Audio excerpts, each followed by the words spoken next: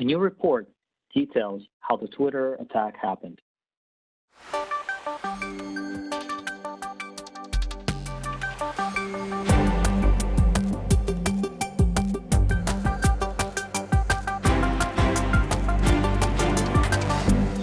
So Stan, I understand you have some additional details of the recent Twitter hack. Yes, actually, there's this great report that was published by the New York State, the Department for Financial Services, and this is an agency that like regulates different financial organizations in New York State.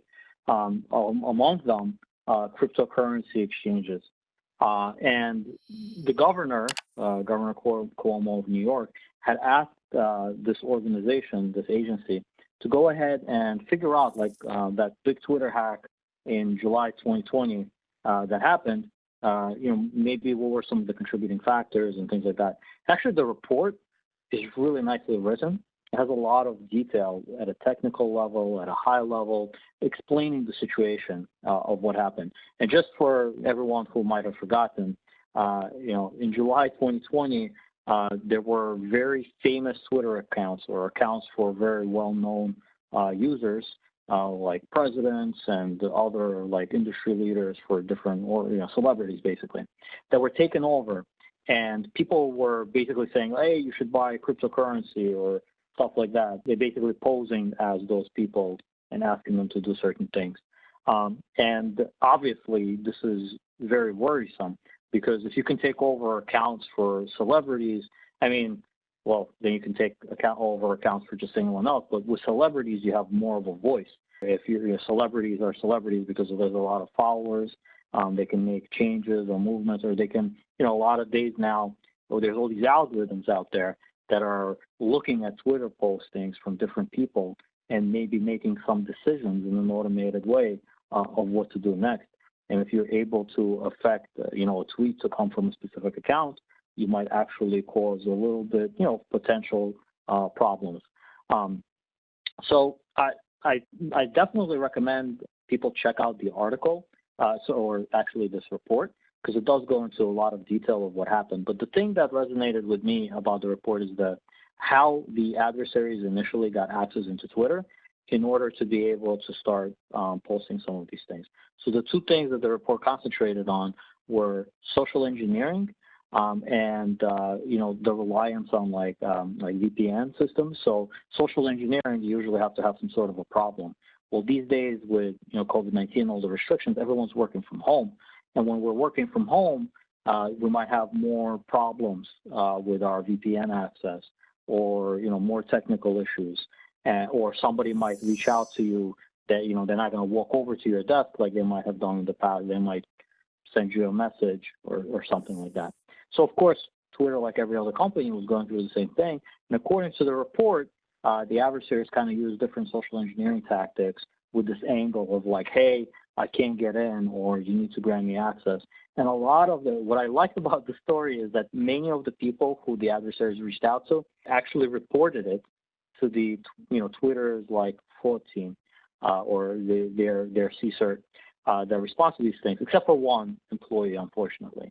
And that one employee, unfortunately, did cause the ability for, additional adversaries to basically come in and look at their back-end system that they use for managing, their messaging platform, and which allowed them to do some of these messages and things like that.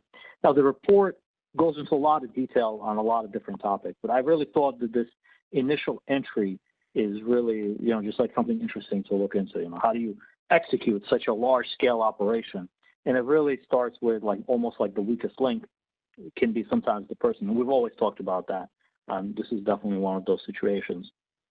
So it's important for us all to kind of keep that in mind when IT personnel reach out to you. You should also think through like, well, is this the real IT person, or am I supposed to grant this access? Don't shortcut processes in your business. Sometimes it feels like you have to, but you could still do things securely and verify things while doing them quickly. So that you don't become victim to something like this, unfortunately. There's a lot of good lessons learned. And one of the things that I thought was interesting as well is their summary. So I guess you could tell it was a regulatory agency that wrote this report because at the end of it, they kind of summarized what they thought went well. And, this regulatory agency, they regulate cryptocurrency exchanges. And they mentioned that because they got this information, about the hack and specific wallets or whatever, they were able to work with the cryptocurrency exchanges right away to tell them, like, shut these down. Don't allow any transactions with these cryptocurrency wallets to take place because they would all be fraudulent. And so they were making the case that, in terms of regulation, that's a good thing because they were so plugged in. They had a response with all the cryptocurrency exchanges that was very similar. They had something else to say about social media companies, as it relates to that, saying that, these are, they kind of manage things their own way. And sometimes, and a lot of times, I think it would be fair to say that a lot of times they don't fall victim to this. So probably a lot of times they do a good job.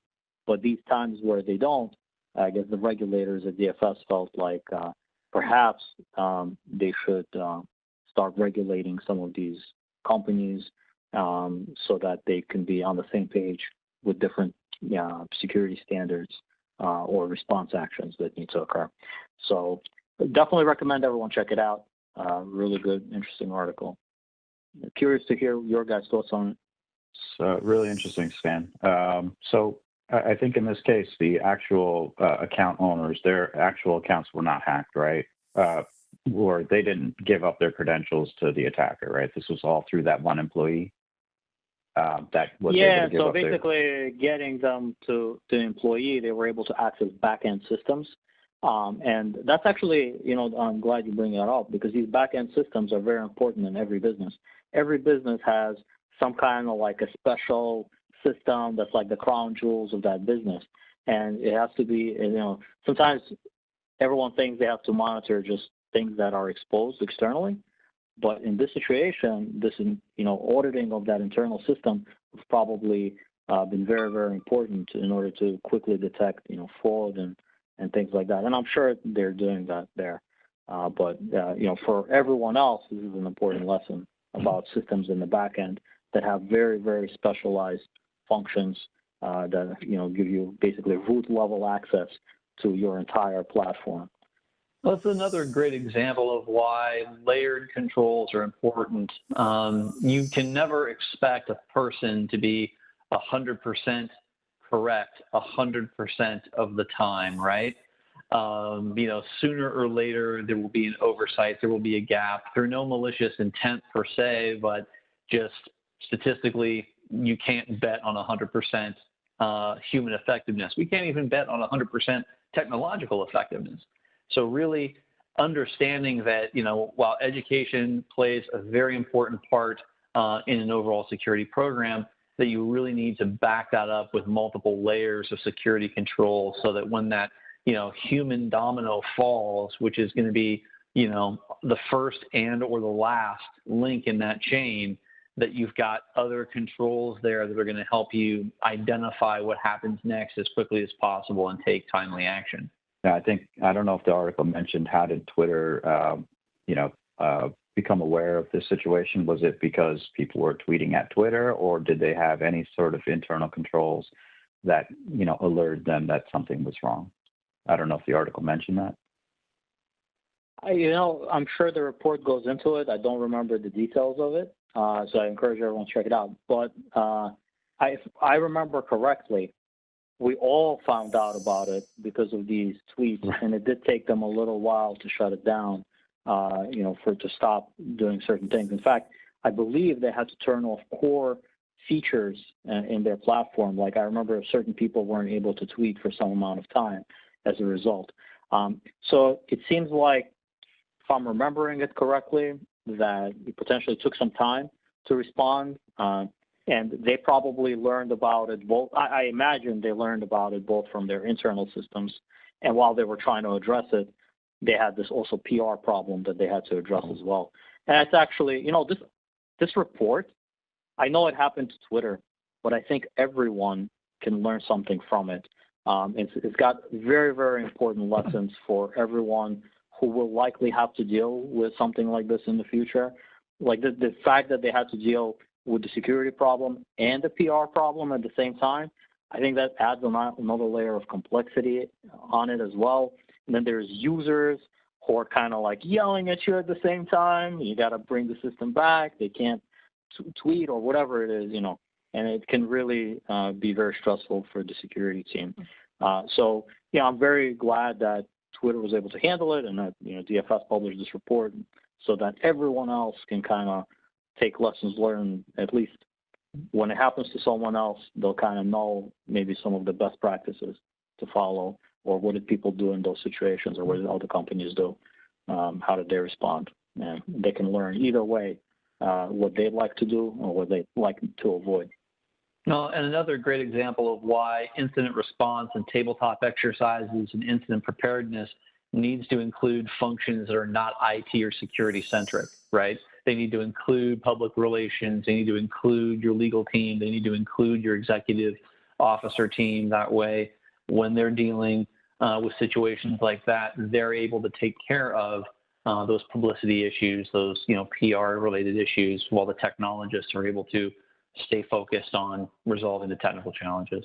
I agree. You definitely, if you have to deal with something like this, you never want to overload your response team with some of this PR things. You definitely want to have like a PR response handled somewhere else, and you don't want to have to overload your technical team with status updates that are every 5 minutes. Even though you need to have them, you kind of let the team figure out what the problem is and address it. Definitely good points. All right, so I hope everyone gets a chance to check out this Twitter report. It's got some really interesting lessons learned. It's really well written, and hopefully a lot of great lessons to take away from it for everyone.